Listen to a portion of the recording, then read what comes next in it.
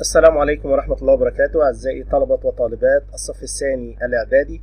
أهلا ومرحبا بكم في فيديو جديد من فيديوهات الرياضيات على القناة. إن شاء الله النهاردة بنحل مع بعض تمارين التحليل بالتقسيم اللي هو الدرس الأخير في الوحدة الثانية، ونبدأ زي ما احنا متعودين دايما بالصلاة والسلام على سيد الأنام سيدنا محمد صلى الله عليه وسلم.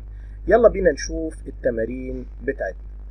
طبعا زي ما احنا متعودين نحاول ان احنا نكون قاعدين في مكان مخصص لسماع الفيديو، ونكون مجهزين بالادوات بتاعتنا، الكتاب والكشكول بتاعنا والآلة الحاسبة. ويلا بينا نشوف السؤال الاول. اختر الاجابة الصحيحة من بين الاجابات المعطى.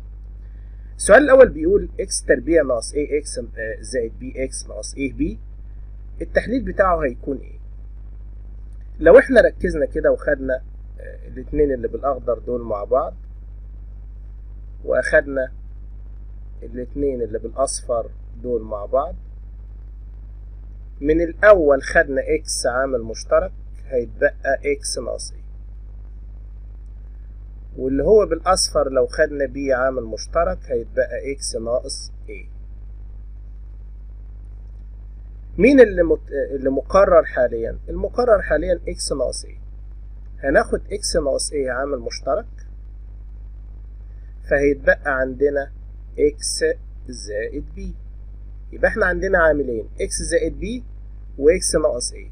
الكلام ده موجود في الإجابة رقم ب. السؤال اللي بعده بيقول إذا كان المقدار ده بيساوي اكس زائد ايه في واي زائد بي، فما قيمة ايه ناقص بي؟ احنا نعتبر ده مش موجود، تمام؟ ويلا نحل الحل بتاعنا عادي خالص. الاتنين اللي في الأول دول هناخد منهم اكس، فيبقى عندي اكس ويتبقى واي زائد 5. والاتنين التانيين دول هناخد منهم 7 عامل مشترك، هيتبقى واي و35 على 7 يبقى 5. حاليا الناتج بتاعي هيبقى واي زائد 5 ويتبقى اكس زائد 7.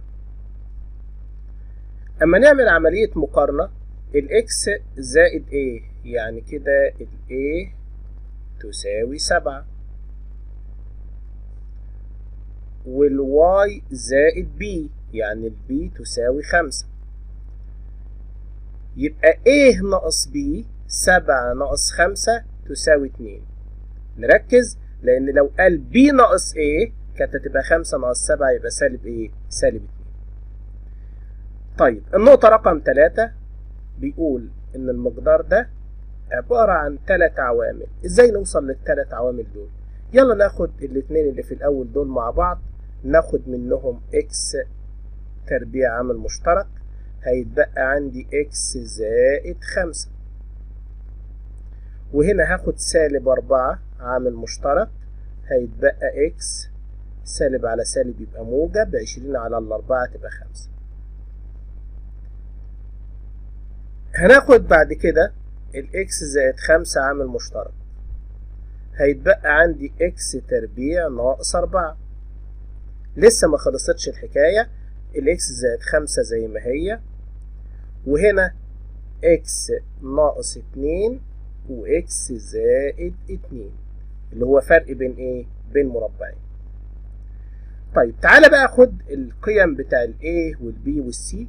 يبقى الايه تساوي 5 والبي تساوي سالب 2 والسي بتساوي موجب 2. هو عايز مجموعهم كلهم.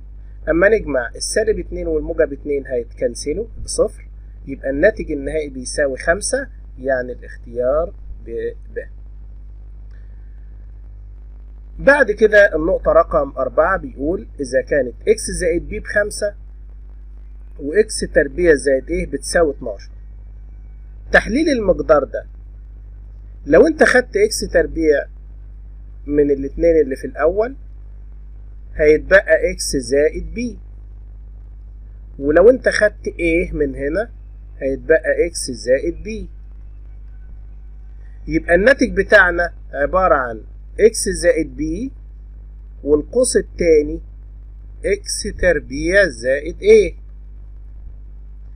الاكس زائد بي من المسألة ب5، والاكس تربيع زائد ايه ب12.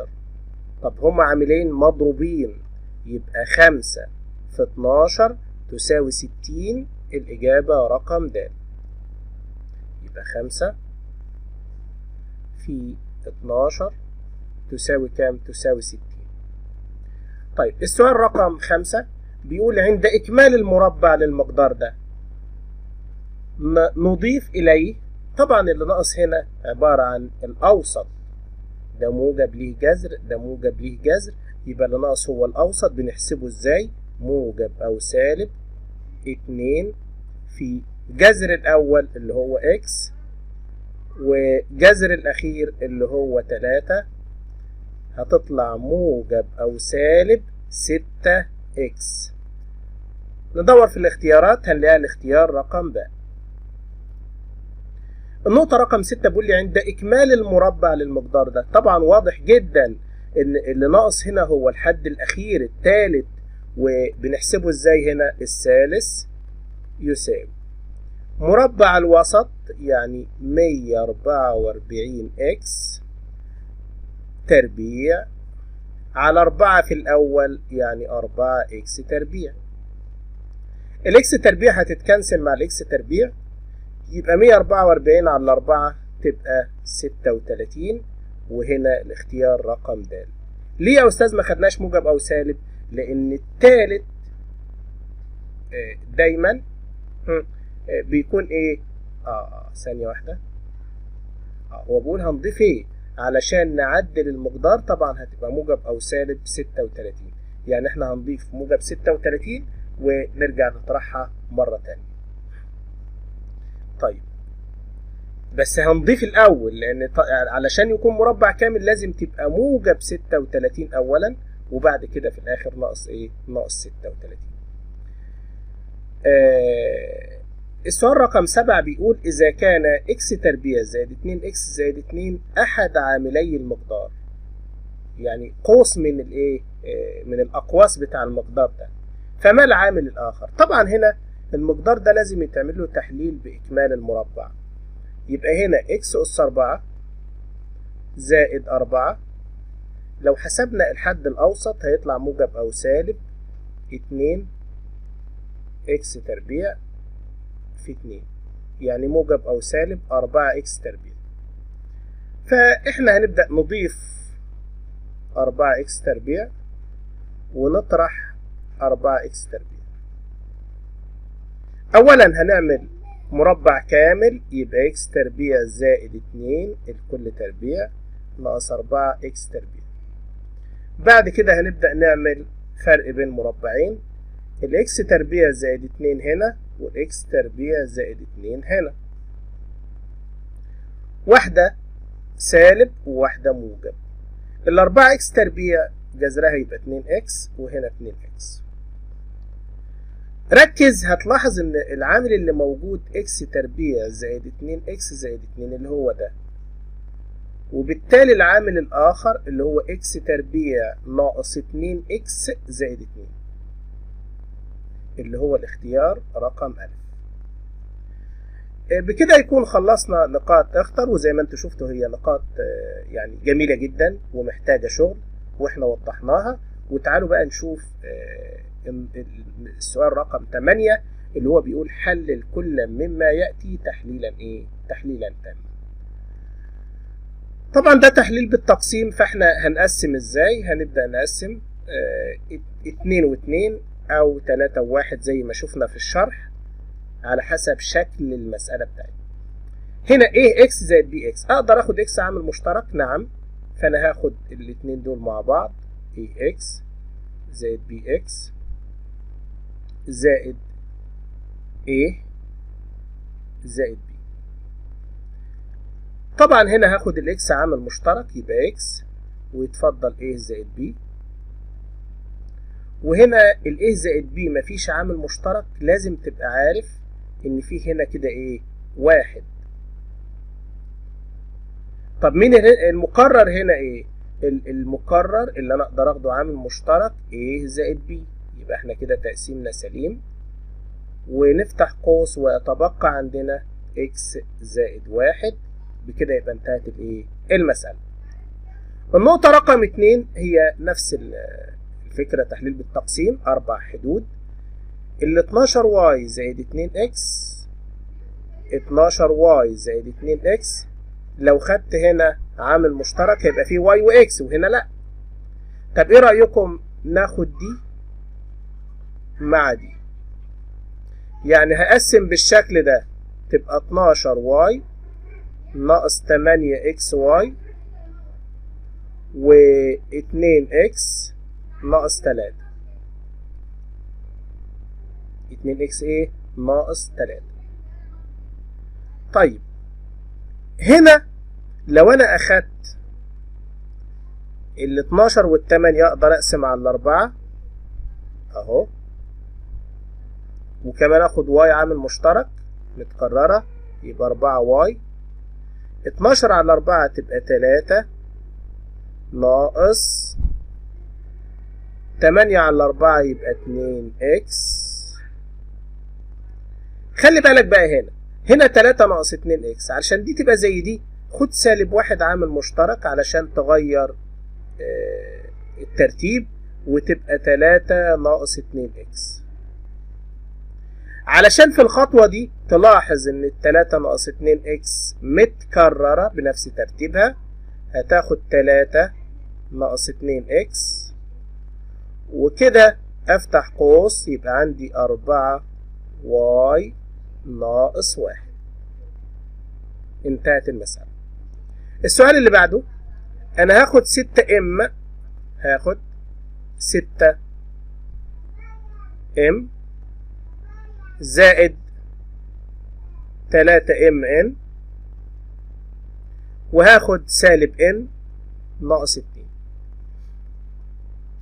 هنا هاخد 3 عامل مشترك، 3 ام، 6 تقسيم 3 او 6 على 3 يبقى 2، زائد 3 على 3 يبقى 1 ان،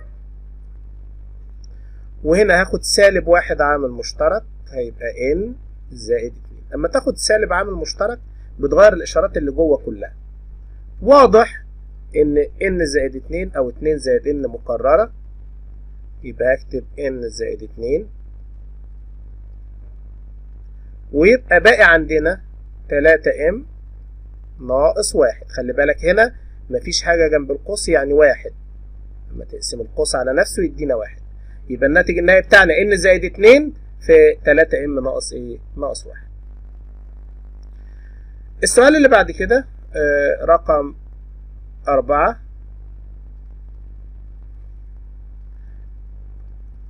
اكس تربيع ناقص 2 اكس وسالب اكس واي زائد 2 واي. خلينا ناخدهم بنفس ترتيبهم مفيش مشكلة. اكس تربيع ناقص 2 اكس وسالب اكس واي زائد 2 واي. يبقى انا كده قسمت 2 و2. من الاتنين اللي في الاول دول هناخد الاكس عامل مشترك، هيتبقى اكس تربيع على اكس تبقى اكس، سالب 2 اكس على اكس تبقى 2.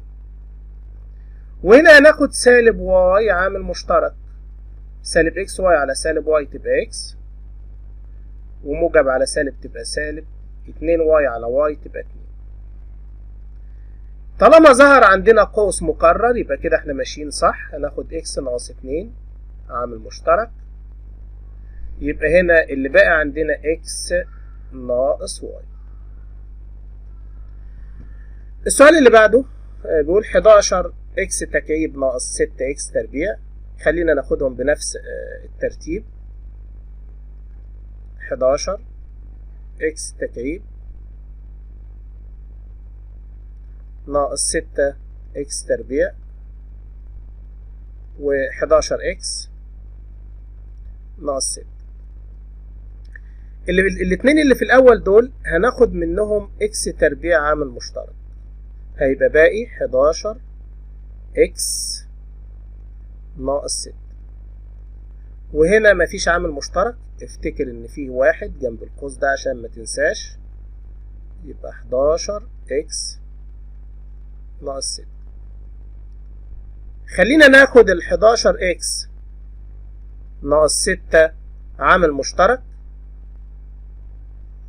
يبقى بقى عندنا اكس تربيع زائد 1. خلاص انتهت المسألة، لأن الاكس تربيع زائد 1 ما بتتحللش، لأن احنا ما عندناش مجموع مربعين. السؤال اللي بعده رقم 6. 45 اكس تكعيب زائد 20 اكس تربيع زائد 9 اكس زائد 4. خلينا ناخد الاتنين اللي في الأول دول مع بعض، يبقى 45 اكس تكعيب زائد 20 اكس تربيع و9 اكس زائد 4. هنا اما ناخد نقسم على كام؟ على 5. 5 اكس تربيع عامل مشترك، هنفتح قوس، 45 على 5 تبقى 9، اكس أس 3 على اكس تربيع تبقى اكس، 20 على 5 تبقى 4، والاكس تربيع هتروح مع الاكس تربيع، زائد هنا القوس ده 9 اكس زائد 4. لازم تبقى عارف ان جنب القوس ده فيه 1. يلا ابدأ خد القوس المقرر اللي هو 9 اكس زائد 4، وهيكون باقي عندنا 5 اكس تربيع زائد ايه؟ زائد 1. السؤال اللي بعد كده طبعا بيتكلم عن تحليل ثلاثية الحدود باستخدام التحليل بالتقسيم. طبعا احنا حليناها قبل كده بالآلة الحاسبة، وحليناها بالتجريب، وحليناها بطريقة المقدار المساعد. هي نفس فكرة المقدار المساعد شوية، ولكن بنعملها بالتقسيم. طيب هنشتغل ازاي المسائل دي؟ تعالوا معايا كده نشوف مع بعض الحلول هتكون ازاي. اول حاجة هنا هنضرب 2 في 3. 2 في 3 بكام؟ ب6. ال6 دي هنعملها عبارة عن، انا محتاج ال6 دي عددين حاصل ضربهم 6 ومجموعهم 5، يبقى انا هعملها 3 في 2. هبدأ اكتب المقدار بتاعي 2 اكس تربيع، والخمسة دي هقسمها زائد 2 اكس زائد 3 اكس، والتلاتة اللي في الاخر هتنزل. يبقى انا كده كتبت المقدار بشكل يساعدني في التقسيم اهو.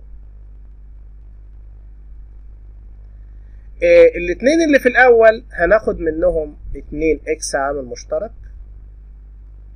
يبقى باقي 2 اكس تربيع على 2 اكس يبقى اكس، و2 اكس على 2 تبقى 1. وهنا هناخد 3 عامل مشترك، يبقى 3 اكس على 3 تبقى اكس، و3 على 3 تبقى 1. متكرر عندي اكس زائد 1، يبقى القوس الثاني 2 اكس زائد 3، وده كده التحليل ايه بتاعنا باستخدام التحليل بالتقسيم. اقدر كمان اتاكد من الآلة الحاسبة بالضغط على المفاتيح دي مود 5 3 اللي هو حل المعادلة، واكتب المعاملات 2 تساوي 5 تساوي 3 تساوي. شايفين طبعا اكس بتساوي -1، يعني احد القوسين اكس زائد 1، ولو ضغطت يساوي مرة تانية هيطلع لي -3 على 2، يعني القوس الآخر 2 اكس زائد 3 فعلا زي ما طلع معانا. طيب يا أستاذ حاسين إن هي فيها لخبطة شوية، مفيش مشكلة، ركزوا في التانية. 4 في 2 بكام؟ ب8. 4 في 2 بإيه؟ ب8. طيب ال8 دي أنا عايز الفرق بينهما 7، يبقى نعملها إيه؟ نعملها 8 ضرب 1. هبدأ أكتب المقدار بتاعي بالشكل ده 4 اكس تربيع 8 ضرب 1. خلي بالك إن هما مجموعهم إيه؟ -7، يعني خليها -8 اكس زائد 1 اكس ناقص 2. يبقى اللي أنا عدلت فيه -7 عملتها سالب 8 زائد 1. علشان ابدأ اقسمها بالشكل ده اهو كده اهو، وتساوي، هناخد من هنا 4x عامل مشترك، 4x تربيع على 4x تبقى x، و8x على 4x تبقى 2، وهنا مش هناخد حاجة خلاص، x ناقص 2. بس لازم نبقى عارفين ان بجوار القوس ده واحد، المعامل بتاعه كام؟ واحد. مين اللي متكرر هنا؟ اللي متكرر هنا x ناقص 2، يبقى الباقي عندنا 4x زائد 1. جميل جدا، يبقى x ناقص 2 و4x زائد ايه؟ زائد 1. طيب انا عايز اتاكد بالآلة، امسك الآلة الحاسبة واكتب معايا مود 5 3 4 يساوي اللي هي المعاملات، سالب 7 يساوي سالب 2 يساوي، طلع x تساوي 2، يعني احد القوسين x ناقص 2، ولو ضغطت يساوي مرة تانية يبقى x بتساوي سالب 1 على 4، يعني القوس التاني 4x زائد 1. فعلا دي الأقواس اللي طلعت معايا. واحدة كمان وركزوا، 2 في 15 ب30، يبقى ال30 دي أنا هعملها محتاج مجموعهم 13، يبقى 10 في 3. هبدأ أكتب المقدار بتاعي من جديد، 2x تربيع زائد 3x، هاخد ال3 مع ال2 وال10 مع ال15 عشان تظبط معايا، 10x زائد 15. يبقى وانا بقسم الحد اللي في النص ده عملته 3 و10. طب ليه ما عملتوش 10 و3؟ يعني علشان ايه؟ لما ناخد عامل مشترك يظهر معايا اقواس متشابهه، ولو ما ظبطتش معايا مره ارجع ابدلهم، مفيش مشكله. طيب هنا هناخد مين عامل مشترك؟ الاول ده هناخد x عامل مشترك، يبقى باقي 2x اما نقسم زائد 3، وهنا هناخد 5 عامل مشترك، يبقى 10 على 5 يبقى 2x زائد 15 على 5 يبقى 3. شايفين طبعا القوس المقرر 2x زائد 3 ظهر، فهبدأ اخد 2x زائد 3 عامل مشترك، يتبقى عندي x زائد ايه؟ زائد 5. طيب كده خلصنا المسألة، يلا نشوف اللي بعدها. بيقول لي حلل كل مما يأتي تحليلا تاما. طيب عندي 4 حدود، على طول نعرف ان احنا هنعمل تحليل بالايه؟ بالتقسيم.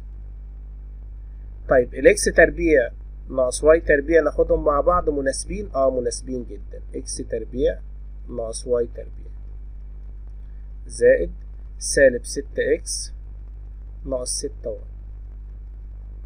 الاتنين دول هنعمل فرق بين مربعين، ادي قوسين، x ناقص y و x زائد y. طيب هنا هناخد سالب 6 عامل مشترك، يبقى سالب 6x على سالب 6 يبقى موجب x، وهنا موجب 6y على 6 تبقى y. شوف مين اللي متكرر، واضح x زائد y متكررة، هنبدأ ناخد x زائد y عامل مشترك، ويتبقى عندنا x ناقص y ناقص 6. كده انتهت الايه؟ المسألة. المسألة اللي بعدها x تربيع ناقص a تربيع ناقص 2x زائد 1. طيب خلي بالك ان هنا لو عملتها 2 و2 هيبقى فيه مشكلة.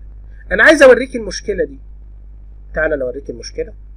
لو عملنا x تربيع ناقص a تربيع، تمام، جميل جدا، وسالب 2x زائد 1، تمام.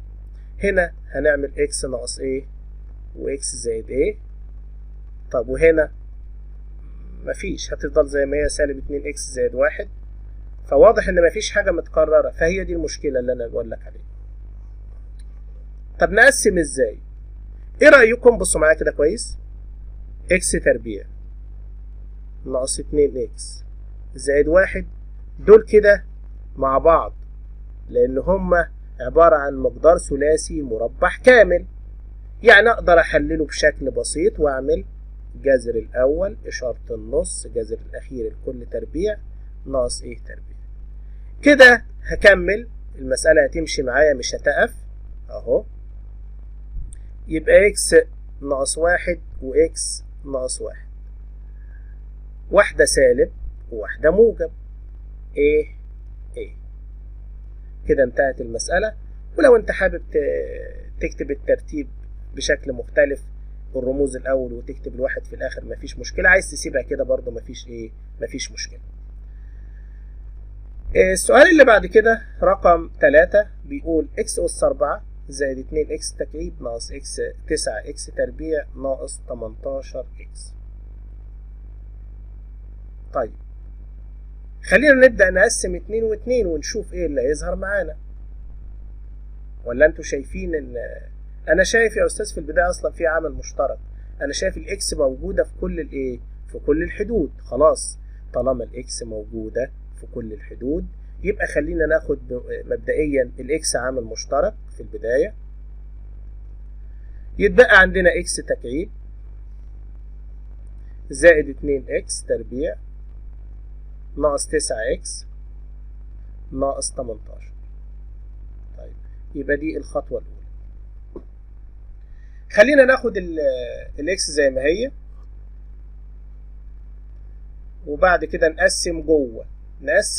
ناخد الاكس تكعيب زائد 2 اكس تربيع، وناخد سالب 9 اكس ناقص 18، ونكمل عادي خالص، بس نكتب بنظام علشان ما ننساش حاجة. الاكس زي ما هي.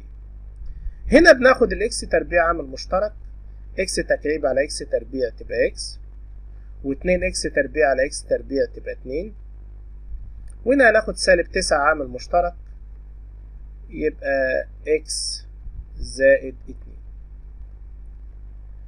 الاكس اللي بره زي ما هي، وهيجي لنا من جوه اكس زائد 2، ويتبقى عندنا اكس تربيع ناقص 9. طيب الاكس اللي بره زي ما هي، والاكس زائد 2 كمان زي ما هي. الاكس تربيع ناقص 9 نعمل لها تحليل فرق بين مربعين، يبقى اكس ناقص 3 واكس زائد 3. يبقى انا قدرت اعمل المقدار ده عبارة عن 4 عوامل، اكس واكس زائد 2 واكس ناقص 3 واكس زائد ايه؟ زائد 3. السؤال رقم 4 اكس تربيع ناقص 12 اكس واي زائد 9 واي تربيع. التلاتة دول يعني مرتبطين ببعض، شكلهم مألوف بالنسبة لي. شكلهم مألوف ازاي؟ يعني شكلهم مقدار معروف بالنسبة لي، فاخدهم مع بعض لان هم اصلا مقدار ثلاثي مربع كامل، اكس واي زائد 9 واي تربيع، وبعد كده ناقص 49 دي مع نفسها. بنحلل ازاي المربع الكامل؟ قوس تربيع. القوس تربيع ده جذر الاول يبقى 2 اكس، اشارة النص ناقص جذر الاخير يبقى 3 واي الكل تربيع. بعد كده هنفتح قوسين ونعمل فرق بين مربعين، ال 2 اكس ناقص 3 واي هنا، و2 اكس ناقص 3 واي هنا، واحدة سالب وواحدة موجب. ال 49 تبقى 7 و7، وبكده يبقى انتهت المسألة. السؤال رقم 5 بيقول 5 ايه تربيع بي ناقص 10 ايه تربيع بي تربيع زائد 4 بي تربيع ناقص 8 بي تكعيب. طيب انا شايف الاثنين اللي في الاول دول يعني فيهم عامل مشترك. خلينا ناخد الاثنين اللي في الاول دول مع بعض. 5 ايه تربيع بي ناقص 10 ايه تربيع بي تربيع زائد 4 بي تربيع ناقص 8 بي تكعيب. هنا لو خدنا 5 عامل مشترك والايه تربيع كمان عامل مشترك والبي عامل مشترك، يبقى عامل مشترك بتاعي 5 ايه تربيع بي، يبقى هنا فيه 1 ناقص 10 على 5 يبقى 2 بي. هنا هناخد ال4 بي تربيع عامل مشترك، هيتفضل 1 ناقص 2 بي. طيب خلينا ناخد 1 ناقص 2 بي عامل مشترك، ويتبقى عندنا 5 ايه تربيع بي زائد 4 بي تربيع. التحليل ده كده فيه مشكلة، ان التحليل ده مش تام. يعني ايه؟ ما هو مش تام عشان احنا في البداية لو انت بصيت كويس هتلاحظ ان البي متكررة، فكنت خدت البي عامل مشترك من البداية. طب نرجع ناخد البي عامل مشترك من البداية ولا في حل، يعني في تعديل هنا؟ ممكن تاخد بي عامل مشترك من البداية وانا اسيب لك دي تفكر فيها، وممكن تاخدها من هنا البي عامل مشترك من القوس ده، تمام، ويبقى الناتج بتاعك هيكون بالشكل ده بي، وهنا 1 ناقص 2 بي، وهنا اما خدنا البي عامل مشترك يبقى 5 ايه تربيع زائد 4 بي.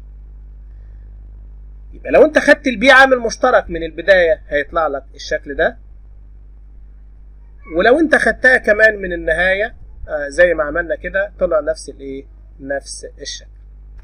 تعالى المسألة رقم 6. ام تكعيب زائد ان تكعيب. هنا طبعا مجموع مكعبين ام تكعيب زائد ان تكعيب دول مع بعض، وسالب ام سالب ان مع بعض. هنا هنعمل قوس صغير وقوس كبير، وهنا هناخد سالب عامل مشترك هيبقى ام زائد ام.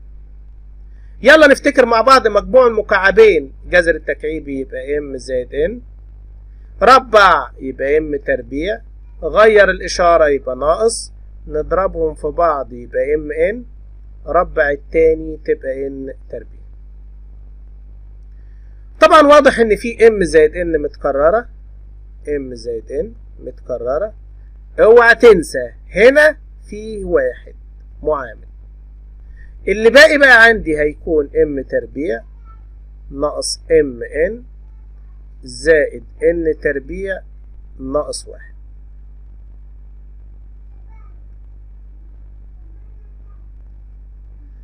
طيب ظهر عندي مقدار رباعي، هل المقدار ده ينفع نعمل له عملية تحليل ولا خلاص كده؟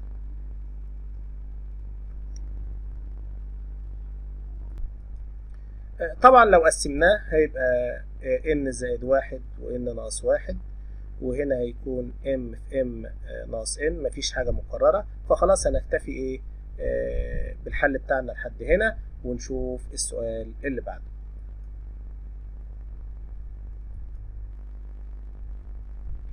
سؤال رقم 7.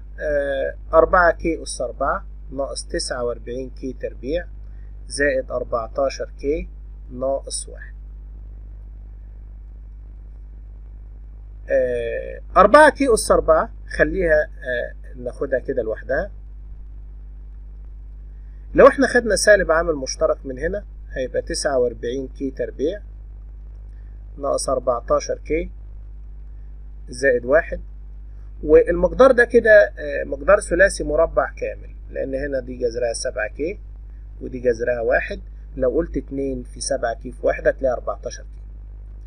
فهننزل دي زي ما هي 4 كي أس 4، ودي هنحللها قوس تربيع تبقى 7 كي ناقص 1، اللي هي جذر الأول إشارة النص جذر الأخير الكل تربيع. هنبدأ نفتح قوسين مع بعض كده أهو، ونقول هنا 2 كي تربيع و2 كي تربيع، هنا سالب وهنا موجب. خلي بالك بقى من اللي جاي ده، لازم تحطها في قوس 7K ناقص 1 و7K ناقص 1. ممكن تكتبها بشكل جديد كده 2K تربيع ناقص 7K زائد 1 عشان السالب ده اتضرب في القوس، والقوس التاني 2K تربيع زائد 7K ناقص 1. كده يبقى خلصنا المسألة، ويلا بينا نشوف المسألة اللي بعدها. 16x تربيع ناقص 25a تربيع زائد y تربيع زائد 8xy. طيب طبعا لو بصينا كده كويس هنلاحظ مين الغريب هنا. مين الغريب؟ ده غريب ده.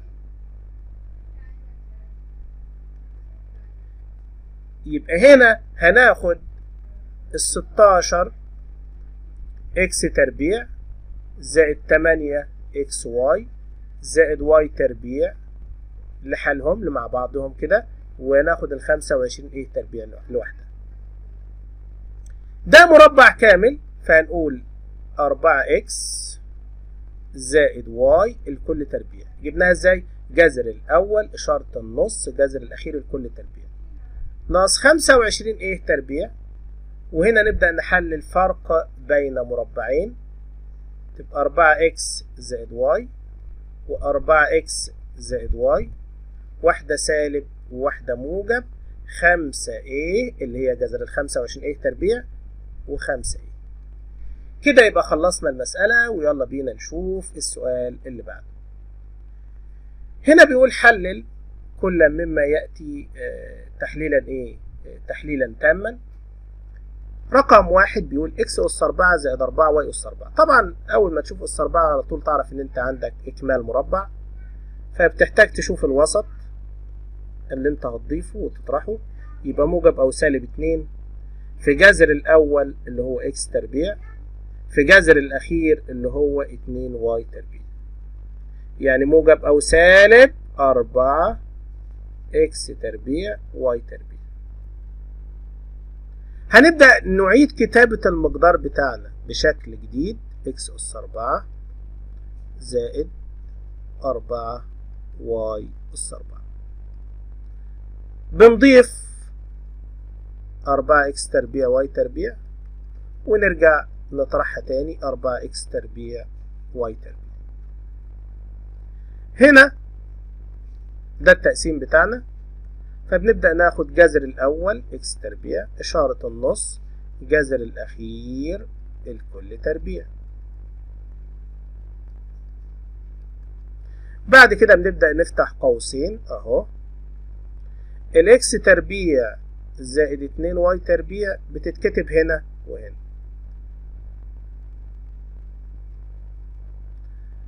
بعد كده بنقول واحدة سالب وواحدة موجب. ال 4x تربيع y تربيع الجذر بتاعها بيكون 2xy 2xy، وبكده يبقى انتهت المسألة. تعالوا نشوف المسألة اللي بعدها زيها تماما. بنقول الوسط موجب أو سالب 2 جذر الأول 2m تربيع وجذر الأخير 1، يبقى تطلع موجب أو سالب 4m تربيع. هنبدأ نكتب المقدار بتاعنا 4m أس 4 زائد 1. هنضيف ونطرح، يبقى هنضيف 4m تربيع وهنطرح 4m تربيع. ده التقسيم بتاعنا، فهيكون جذر الأول 2m تربيع إشارة النص الجذر الأخير اللي هو 1 تربيع. دلوقتي بنفتح قوسين ونقول 2m تربيع زائد 1 الكل تربيع، يبقى دول كده كتلة واحدة. دول كتلة واحدة، عشان كده أنا بكتبهم هنا أهو 2m تربيع زائد 1 2m تربيع زائد 1، وبعد كده بقول واحدة سالب واحدة موجب. جذر ال 4m تربيع 2m 2m. كده خلصنا النقطة رقم 2. يلا بينا نشوف اللي بعدها. رقم 3. برضو نفس الكلام، هنعمل تحليل بإكمال المربع. هنبدأ نضيف، فبنحسب الوسط موجب أو سالب 2. جذر 64 تبقى 8 إكس تربيع، وجذر الواي أس 4 يبقى واي تربيع، يبقى تطلع معايا موجب أو سالب 2 في 8 يبقى 16 إكس تربيع واي تربيع. فهنبدأ نكتب المقدار أهو 64 إكس تربيع زائد إكس أس 4 زائد واي أس 4. بنضيف ونطرح، بنضيف 16 إكس تربيع واي تربيع، وهنطرح 16 إكس تربيع واي تربيع.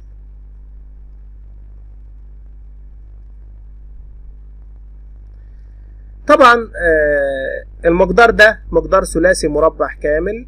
جذر 64 يبقى 8 إكس تربيع، إشارة النص تبقى زائد، جذر الواي أس 4 هتبقى واي تربيع، ما ننساش الكل تربيع، وهنا 16 إكس تربيع واي تربيع. خلي بالك ان 16 اكس تربيع واي تربيع في ناس بتكتبها كده وفي ناس بتكتبها 4 اكس واي الكل تربيع. دي كتابة صحيحة ودي كتابة صحيحة.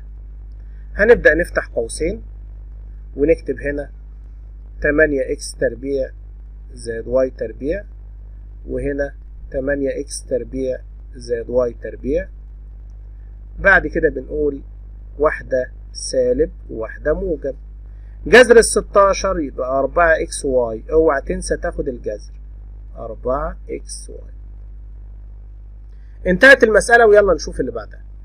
هنا a أس 4 زائد a تربيع b أس 4 زائد b أس 8. أنا شايف هنا في حد أوسط، ولكن ده حد أوسط مزيف، لأن أنت لو حسبت الوسط هنا أو الأوسط هتلاقي موجب أو سالب 2.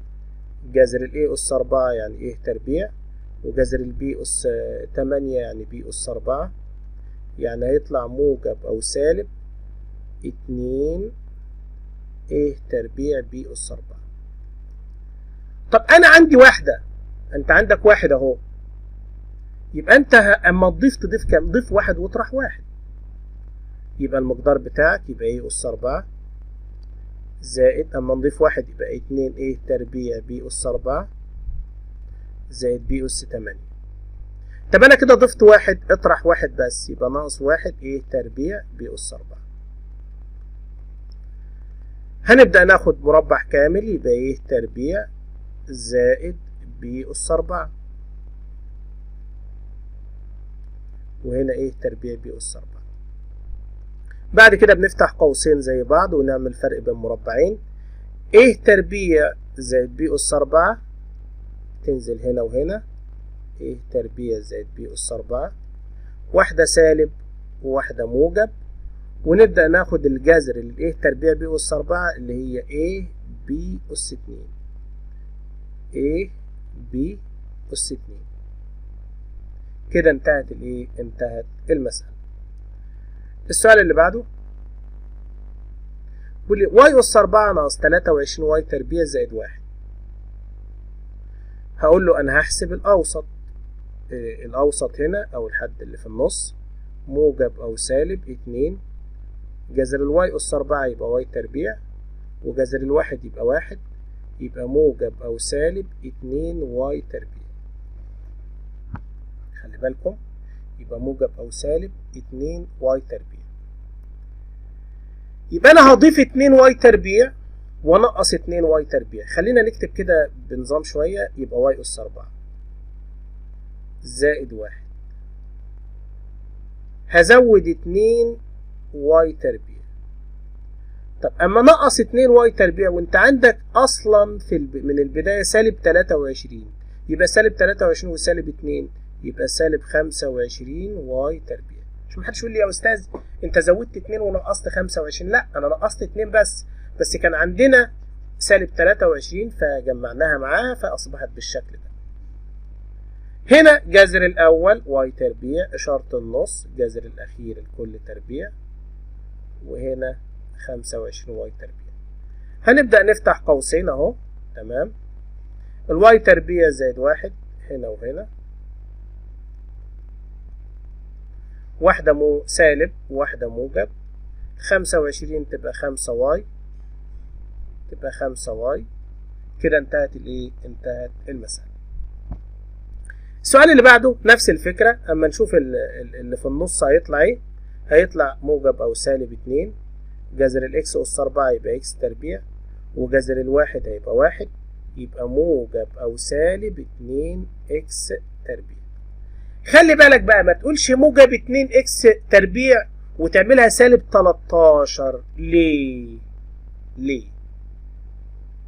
مش هتنفع، تعمل لك مشكلة. طب وهنا الحل هعمل ايه يا استاذ؟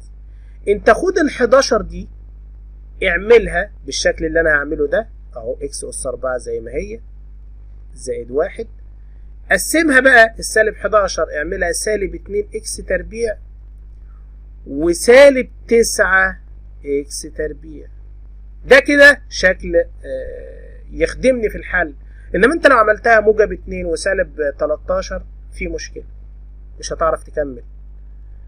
فهنا نقدر نكمل ونقول اكس تربيع ناقص واحد الكل تربيع ناقص 9 اكس تربيع عشان ده يبقى عدد ليه جذر. وبعد كده بنفتح قوسين ونقول اكس تربيع ناقص واحد اكس تربيع ناقص واحد، وواحدة سالب وواحدة موجب. التسع اكس تربيع الجذر بتاعها يبقى 3 اكس، وهنا 3 اكس. كده انتهت ايه؟ المسألة. السؤال اللي بعده بيقول 16 اكس اس 4 زائد 20 ايه تربيع بي تربيع زائد 9 بي اس.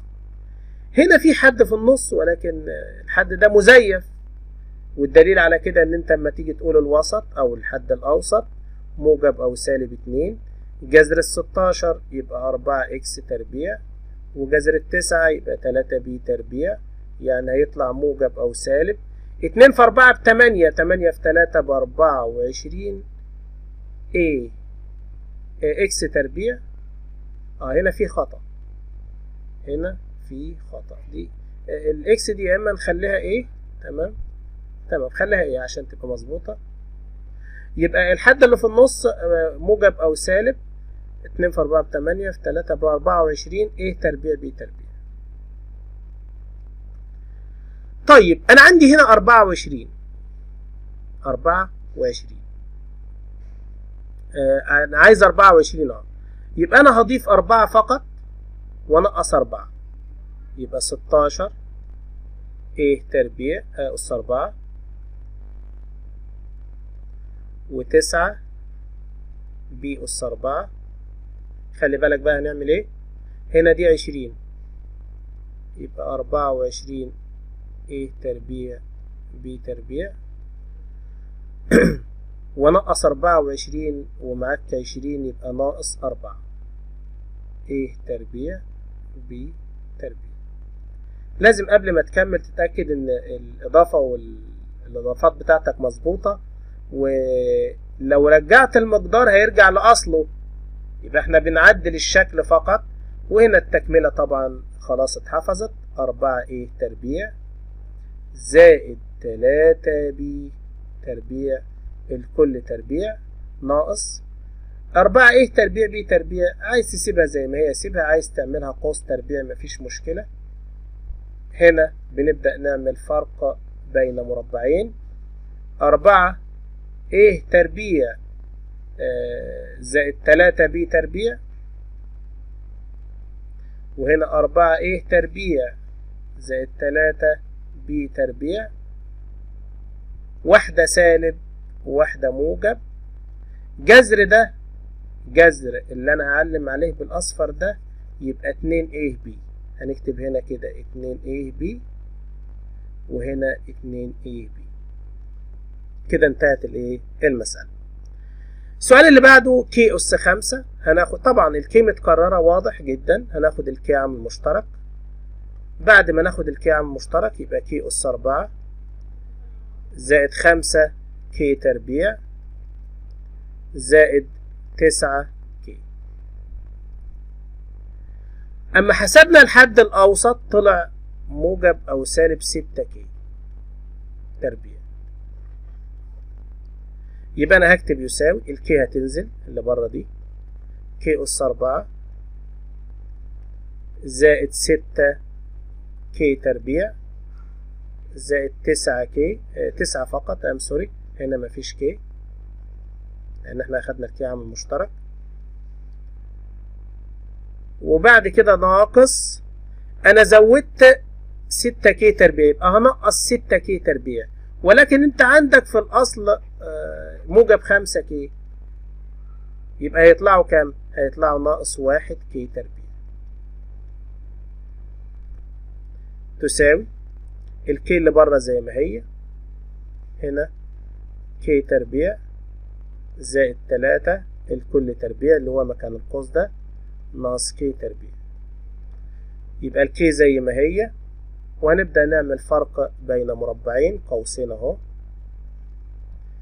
كي تربيع زائد 3 وكي تربيع زائد 3، واحدة سالب وواحدة موجب كي وكي، وبكده يبقى انتهت المسألة. ولو انت حابب ترتب، يعني قلنا قبل كده اكتر من مرة، ممكن تكتب الكي وترتب ده، يبقى كي تربيع ناقص كي زائد 3 وكي تربيع زائد كي زائد 3، بكده يبقى انتهت المسألة. السؤال اللي بعده بيقول 4 اكس تربيع مضروبة في قوس وبعد كده زائد واي أس 4. طيب يلا نضرب الأربعة دي جوه ونشوف ايه اللي هيطلع معانا. فهيطلع معانا 16 اكس أس 4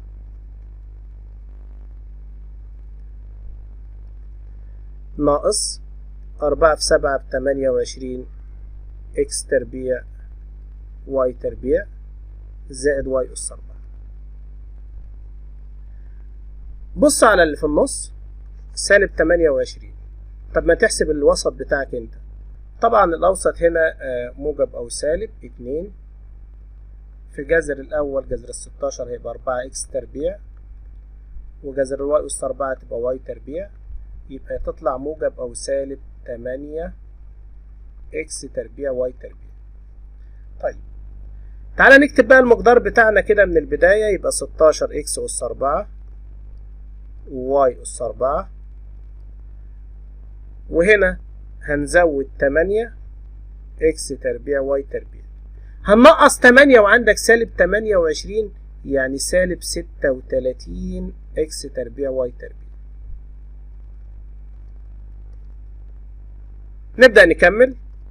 ال 16 هتبقى 4 اكس تربيع زائد واي تربيع الكل تربيع، وهنا ناقص 36 اكس تربيع واي تربيع. هنبدأ نفتح قوسين اهو ونقول هنا 4 اكس تربيع زائد واي تربيع 4 اكس تربيع زائد واي تربيع، وبعد كده طبعا ده فرق بين مربعين يبقى واحدة سالب وواحدة موجب 6 اكس واي 6 اكس اكس واي. بكده يبقى انتهت المسألة. السؤال اللي بعد كده طبعا بيقول لي حل المعادلات في R، وهنا المعادلات هنحلها ازاي. خلينا نخلي الطرف الأيمن بصفر وبعد كده نشوف هنتعامل معاها ازاي. يعني هنا هنقول له اكس تكعيب زائد اكس تربيع ناقص 4 اكس ناقص 4 بتساوي صفر.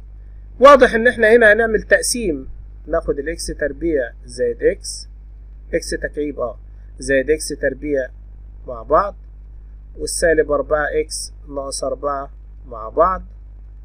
نبدأ ناخد الاكس تربيع عامل مشترك، فيتبقى عندنا اكس تكعيب على اكس تربيع يبقى اكس، واكس تربيع على اكس يبقى بواحد، اكس تربيع يبقى بواحد. وهنا هناخد سالب 4 عامل مشترك يتبقى اكس زائد واحد. لازلنا في مراحل التحليل، ناخد الاكس زائد واحد عامل مشترك، هيتبقى عندنا اكس تربيع ناقص 4 بتساوي صفر. لسه مكملين اكس زائد واحد عامل مشترك، وهنا فرق بين مربعين x ناقص 2 و x زائد 2. كل قوس من دول هيديني قيمة. القوس ده x زائد 1 بصفر، يعني الx بسالب 1، وده هيدينا الx بتساوي 2، وده هيدينا الx بسالب 2. وهنا نكتب مجموعة الحل هتكون سالب 1 و2 وسالب 2. وطبعا الترتيب بتاعهم ايه؟ مش مهم خالص. السؤال اللي بعده x تربيع زائد 12 x زائد 15. طبعا المقدار ده او المعادلة دي احلها ازاي؟ انا ما عنديش عددين حاصل ضربهم 15 ومجموعهم 12، مفيش. يبقى هنحلها باكمال المربع. ازاي؟ انا عندي الحد اللي في النص تمام، انا عندي الحد الاخير هو اللي عايز يتعدل، فاقول له انا هعتبر الحد الاخير ده مش موجود خالص، وهقول x تربيع، ركزوا معايا، زائد 12x، وسبت في مكان فاضي اهو، ووديت دي كده سالب 15. انا دلوقتي عايز املى ده اللي هو الحد الثالث، وعشان يبقى فيه عدل اللي هنضيفه هنا هنضيفه هنا، فخلينا نقول الثالث يساوي مربع الوسط، يعني 144 x تربيع على 4 في الأول، يبقى على 4x تربيع، وتبقى بتساوي 36. يبقى أنا هضيف هنا 36 وهنا 36. تمام، جميل جدا. يبقى أنا حسبت الحد الأخير اللي هو الثالث في المربع الكامل وضفته هنا وهنا. يلا هنا نعمل إيه؟ حلل، وهنا جمع 36 ناقص 15 تبقى 21. هنا حلل جذر الأول إشارة النص، جذر الأخير الكل تربيع.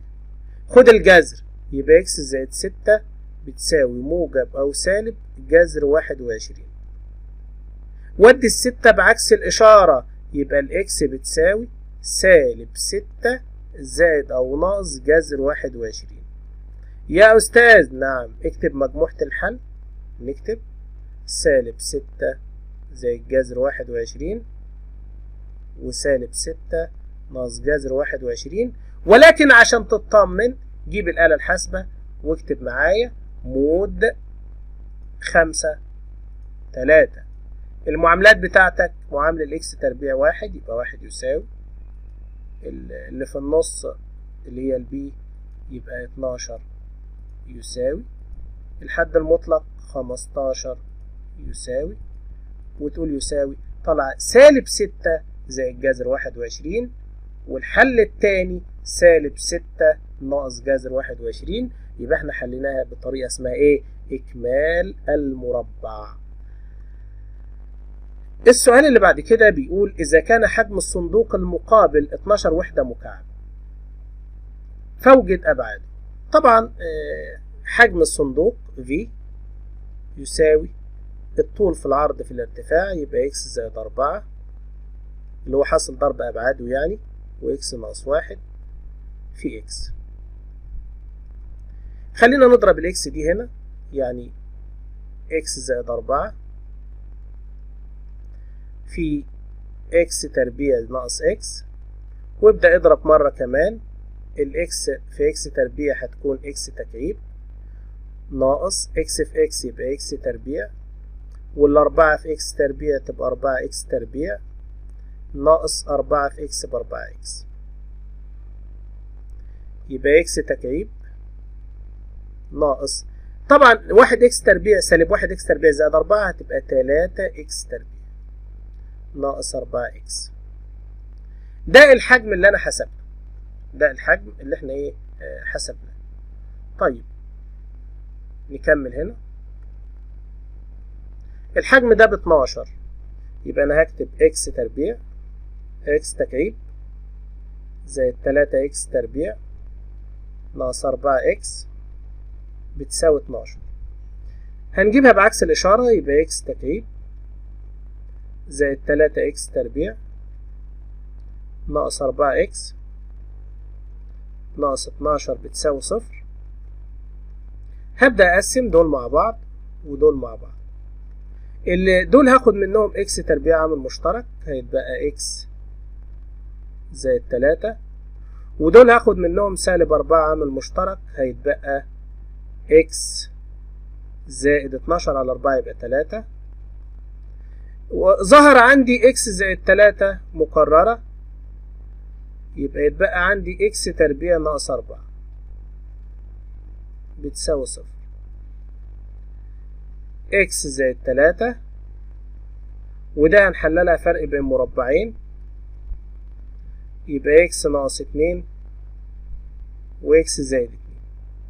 خلي بالك بقى من القيم اللي هتطلع معانا دي، هتدينا اكس بسالب 3 مرفوض، ودي هتدينا اكس ب2 تمام، ودي هتدينا اكس بسالب 2 مرفوض، لان مفيش بعد او طول بالايه بالسالب. وبالتالي الابعاد هي عندك اكس زائد 4 يعني 2 زائد 4 6، و2 ناقص 1 1، و2، يبقى الابعاد هي 6 و1 و2، طبعا وحدة او وحدة طول. كده يبقى انتهت المسألة، ويلا نشوف اللي بعدها. السؤال اللي بعده بيقول صورة يحيط بها إطار سمكه إكس من كل جانب زي ما انتم شايفين، إذا كانت مساحة الصورة بالشكل ده. مساحة الصورة بتساوي، فوجد الأبعاد الممكنة. هو مدينا المساحة 4 إكس أس 3 زائد 6 إكس تربيع زائد 2 إكس زائد 3، وعايز الأبعاد الممكنة للإيه؟ للصورة. يعني هو محتاج مني ده كده كله الأبعاد الممكنة للصورة والإطار إيه؟ والإطار معا. تمام، خلينا نقول المساحة تساوي 4 إكس تكعيب زائد 6 إكس تربيع زائد 2 إكس زائد 3. خلينا نعمل التقسيم بتاعنا، ناخد دول مع بعض ودول مع بعض، وهنا هناخد 2 إكس تربيع عامل مشترك، 4 إكس تكعيب على 2 إكس تربيع هتدينا 2 إكس، و6 إكس تربيع على 2 إكس تربيع هتبقى 3، وهنا طبعا 2 إكس زائد 3 زي ما هي، مفيش عامل مشترك، ولكن نبقى عارفين إن المعامل إيه؟ 1. هناخد اللي مقرر 2 إكس زائد 3 عامل مشترك، وهيتبقى عندي 2 إكس تربيع زائد 1. يبقى أنا عندي المساحة، هو ده عبارة عن مستطيل يعني طول وعرض بعدين، يبقى الأبعاد هي 2 إكس زائد 3 و 2 إكس تربيع زائد 1. دي الأبعاد الإيه؟ الممكنة للصورة بتاعتنا، سواء بقى كان البرواز والصورة نفسها، يعني البرواز بالإضافة للصورة، يعني البعد ده والبعد ده. كده يبقى انتهت المسألة، وكده وصلنا للتفكير الإبداعي. السؤال رقم 16 بيقول A زائد B بتساوي 3، فما قيمة المقدار الكبير ده؟ طبعا احنا هنبدأ نعمل عامل مشترك، هنبدأ نعمل تحليل بالتقسيم. واضح هنا ان دول اقدر اخدهم مع بعض واخد منهم ايه؟ تربيع عامل مشترك، ودول اقدر اخدهم مع بعض، يبقى نقول المقدار يساوي. اما ناخد ايه تربيع هنا عامل مشترك، هيتبقى عندنا ايه تكعيب على ايه تربيع يبقى ايه، و3 ايه تربيع بي على ايه تربيع تبقى 3 بي، زائد اما ناخد عامل مشترك من هنا بي تربيع،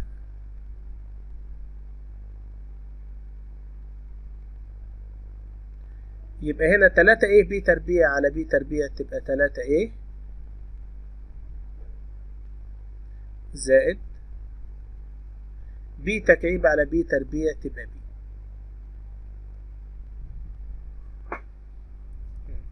كده يعني في مشكلة، التقسيم ده مش مظبوط. ليه؟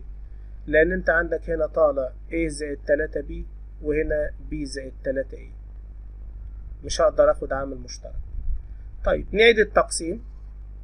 واحنا اتفقنا إن احنا ممكن نعمل تقسيم يعني فيه مشكلة، علشان بس إيه تبقى عارف إن أنت ممكن تعمل تقسيم وترجع تعدله. طب خلينا يا أستاذ يعني ناخد الإيه تكعيب مع البي تكعيب، وناخد التلاتة A تربيع B مع التلاتة A B تربيع. طب هل دي هتظبط؟ هنشوف. يلا قسم. هنا هتاخد ده تحلله قوس صغير وقوس كبير، يبقى A زائد B، والقوس الكبير A تربيع ناقص AB زائد B تربيع. تمام. طب ودي هتاخد التلاتة A B عامل مشترك، يبقى 3A تربيع B تربيع على 3A B هيتبقى A، و3A B تربيع على 3A B هيتبقى B. أنا شايف هنا إن A زائد B مكررة. تمام، ممتاز جدا. يبقى احنا كده إيه ماشيين في الطريق المناسب. ناخد A زائد B عامل مشترك، نبدأ نشوف الباقي عندنا. A تربيع ناقص AB زائد B تربيع زائد 3AB. حلو جدا. طب ايه رأيك، ما انت عندك هنا دي ودي شبه بعض، يلا جمعهم في خطوة جديدة، يبقى A زائد B، وهنا هيكون A تربيع سالب 1 وموجب 3 يعني 2AB زائد B تربيع. ركز في المقدار ده كده هتلاقيه مربع كامل، يبقى A زائد B دي تنزل، وهنا ده مربع كامل. أحلله إزاي؟ هعمل قوس، جذر الأول إشارة النص، جذر الأخير الكل تربيع، وبالتالي هيبقى الناتج النهائي بتاعنا A زائد B تربيع في A زائد B أس 1، يعني A زائد B الكل أس 3، A زائد B تكعيب. المقدار الكبير ده طلع A زائد B تكعيب. طب أنت عندك A زائد B بتساوي 3، يبقى قيمة المقدار تساوي 3 أس 3 بتساوي كام؟ بتساوي 27. فكرة جميلة جدا، وطبعا استفدنا منها ان احنا نحاول دايما نمشي، ولو حصل مشكلة نعمل كامباك ونرجع تاني. والتقسيم ده يعني ايه وارد جدا ان انت تعمل تقسيم وتلاقي ان فيه مشكلة فترجع تبدله. تعال نشوف النقطة اللي بعدها، وهنا بيقول حلل تحليلا تاما. x أس 8 ناقص 16 y أس 8. x أس 8 ناقص 16 y أس 8. طبعا عشان نحلل تحليلا تاما هنبدأ أولا هنعمل ايه؟ واضح جدا ان فرق بين مربعين. خلينا نعمل قوسين اهو. x أس 4 ناقص 4y أس 4، x أس 4 زائد 4y أس 4. ده فرق بين مربعين. طب وده إكمال مربع. طيب الفرق بين مربعين يبقى هيكون x تربيع ناقص 2y تربيع و x تربيع زائد 2y تربيع. وده إكمال المربع ده هنعمله لوحده، x أس 4 زائد 4y أس 4. تعالى ناخد إكمال المربع ده. الوسط بتاعه إيه؟ الأوسط بتاعه موجب أو سالب 4 x تربيع y تربيع، حسبناها أكتر من مرة، يبقى هيكون x أس 4 زائد 2 زائد 4 x تربيع y تربيع زائد 4 واي تربيع ناقص 4 اكس تربيع واي تربيع. دول كده عبارة عن مربع كامل، يبقى اكس تربيع زائد 2 واي تربيع ناقص 4 اكس تربيع واي تربيع. هنكمل هنا اهو، نفتح قوسين، اكس تربيع زائد 2 واي تربيع هنا، واكس تربيع زائد 2 واي تربيع هنا، واحدة سالب وواحدة موجب، 2 اكس واي و2 اكس واي. يبقى خلي بالك ده كده اللي هو بالاصفر ده هنحطه مكان ده. يعني كده الناتج بتاعنا، الناتج هو ناتج التحليل بتاعنا.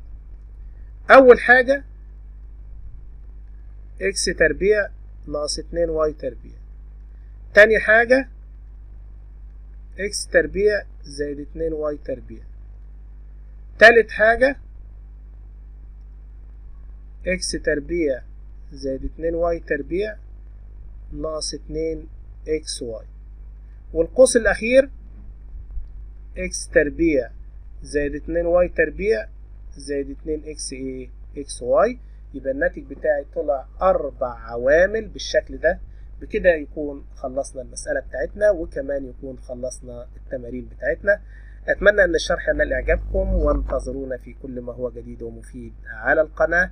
سبحانك اللهم ربنا وبحمدك، أشهد أن لا إله إلا أنت، أستغفرك وأتوب إليك، والسلام عليكم ورحمة الله وبركاته.